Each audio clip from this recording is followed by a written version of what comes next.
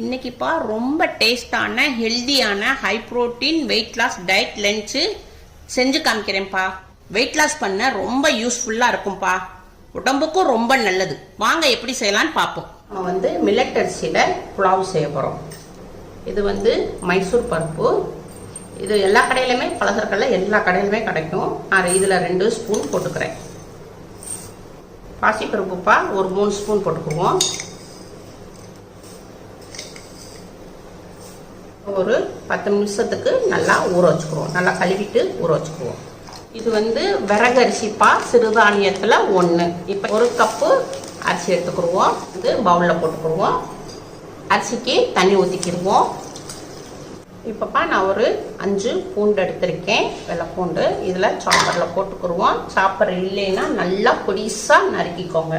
1 inch உங்களுக்கு நான் இஞ்சி எடுத்திருக்கேன். இதையும் நம்ம இதில் நறுக்கி போட்டுக்கிடுவோம்.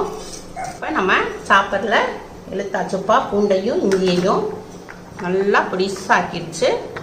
கேஸ் ஆன் பண்ணியிருக்கேன். குக்கர் வச்சுருக்கேன். குக்கர் கொஞ்சம் சூடாகிடுச்சு. இப்போ நம்ம ஒரு ஸ்பூனு எண்ணெய் விட்டுக்குருவோம். 1 டீஸ்பூன் சீரகம் போட்டுக்கிடுவோம். இப்போப்பா நம்ம இஞ்சியும் பூண்டும் சாப்பரில் போட்டிருந்தோம் இல்லையா, அதையும் இதில் போட்டுக்கிடுவோம். இப்போ இதை ஒரு நல்லா வதக்கி விட்டுக்கிடுவோம். வெள்ளைப்பூடும் இஞ்சியும் பச்சை வாடை போகிற அளவுக்கு நம்ம வதக்கிக்கிறோம். இப்போ நான் ஒரு வெங்காயம்ப்பா, நல்லா மீடியமான ஒரு வெங்காயம் நல்லா நீளமாக நறுக்கியிருக்கேன். இதை நல்லா உதுத்து விட்டு இதை அப்படி போட்டுக்கிறோம். இதையும் நல்லா வெங்காயத்தை நல்லா வதக்கிக்கிடுவோம். இப்போ நம்ம வெங்காயத்தை பச்சை வாடை போகிற அளவுக்கு வதக்கிட்டோம். இப்போ நம்ம ஒரு 1/4 கிலோ விறகரிசி எடுத்துருந்தோம் இல்லையா, நல்லா கழுவிட்டேன்ப்பா. இதையும் இதில் போட்டுக்கிடுவோம்.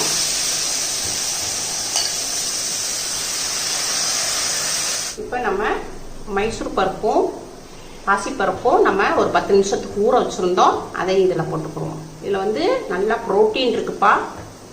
பருப்பில் 2 பருப்புலேயும் நல்லா ப்ரோட்டீன் இருக்குது. இதை நல்லா மிக்ஸ் பண்ணிக்கிடுவோம். இப்போ நல்லா நம்ம மீடியத்தில் 3 நிமிஷம் வதக்கியிருக்கோம்ப்பா. இப்போ இந்த தக்காளியில் மீடியமான தக்காளி 2 தக்காளி நம்ம நறுக்கி போட்டுக்குவோம். நல்லா பொடிசாக நறுக்கி போட்டுக்குவோம். 100 கிராம் பீன்ஸ் எடுத்திருக்கேன், ஒரு கைப்பிடி அளவு. இதையும் போட்டுக்கிடுவோம். காலிஃப்ளவரு 100 கிராம், இதையும் போட்டுக்கிடுவோம். இப்போ நான் ஒரு கேரட்டு, பெரிய கேரட்டு நான் கொஞ்சம் நீளமாக நறுக்கி போட்டிருக்கேன். எல்லாத்தையும் நம்ம மிக்ஸ் பண்ணிக்கிடுவோம். அடுப்பு நீங்கள் மீடியத்தில் வச்சுக்கோங்க. ஃபுல்லில் வச்சிங்கன்னா கீழே கருகிடும். நான் 100 கிராம் பச்சை பட்டாணிப்பா ஃப்ரெஷ்ஷு, இதையும் போட்டுக்குவோம். இதையும் நல்லா மிக்ஸ் பண்ணிக்கிடுவோம்.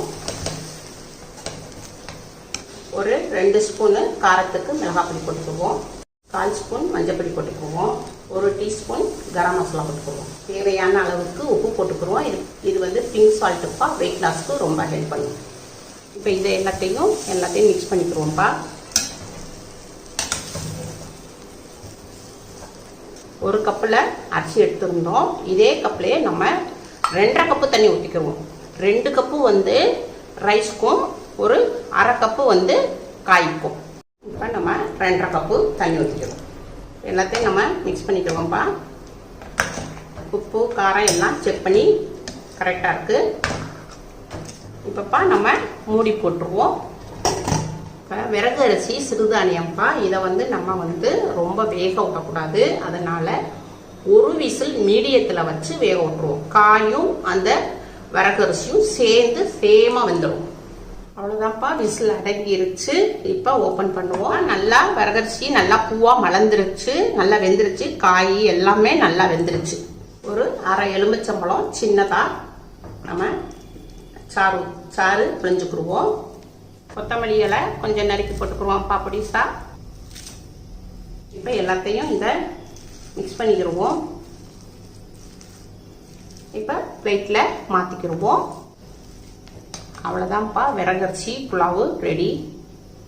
இது உங்களுக்கு வெயிட் லாஸ்க்கு நல்லா ஹெல்ப் பண்ணும். இது நீங்கள் மத்தியானத்துக்கு லஞ்ச் பாக்ஸில் ஆஃபீஸ்க்கு, ஸ்கூலுக்கு எல்லா இடத்துக்கும் நீங்கள் கட்டி கொண்டு போய்க்கலாம். விறகு அரிசி புலாவ் ரெடிப்பா. இப்போ நீங்கள் ஒயிட் ரைஸில் செய்யாமல் நம்ம இன்னைங்க இப்படி விறகரிசி சிறுதானியத்தில் இப்படி நீங்கள் புலாவ் செஞ்சு சாப்பிடுங்க. உங்களுக்கு வெயிட் லாஸ்க்கு ரொம்ப ஹெல்ப் பண்ணும். டயட்டில் இருக்கிறவங்க, சுகர் பேஷண்ட்டுக்கு எல்லாத்துக்குமே இது சாப்பிடலாம்ப்பா. நார்மலாக எல்லாருமே சாப்பிடலாம். சாப்பிட்டா நம்ம வந்து ரொம்ப உங்களுக்கு சதைகள் உங்களுக்கு நல்லா ஸ்ட்ரென்த்தாக இருக்கும். உங்களுக்கு ரொம்ப ஹெல்த்தியாகவும் இருக்கும். நீங்கள் இது மாதிரி நீங்கள் மதிய உணவு எடுத்துக்கிட்டிங்கன்னா உங்களுக்கு வெயிட் லாஸ்க்கு ரொம்ப ஹெல்ப் பண்ணும்ப்பா உங்களுக்கு. அதனால் உங்கள் வீட்டில் செஞ்சு பாருங்கள். அம்மாவுக்கு லைக் பண்ணுங்கள், ஷேர் பண்ணுங்கள்.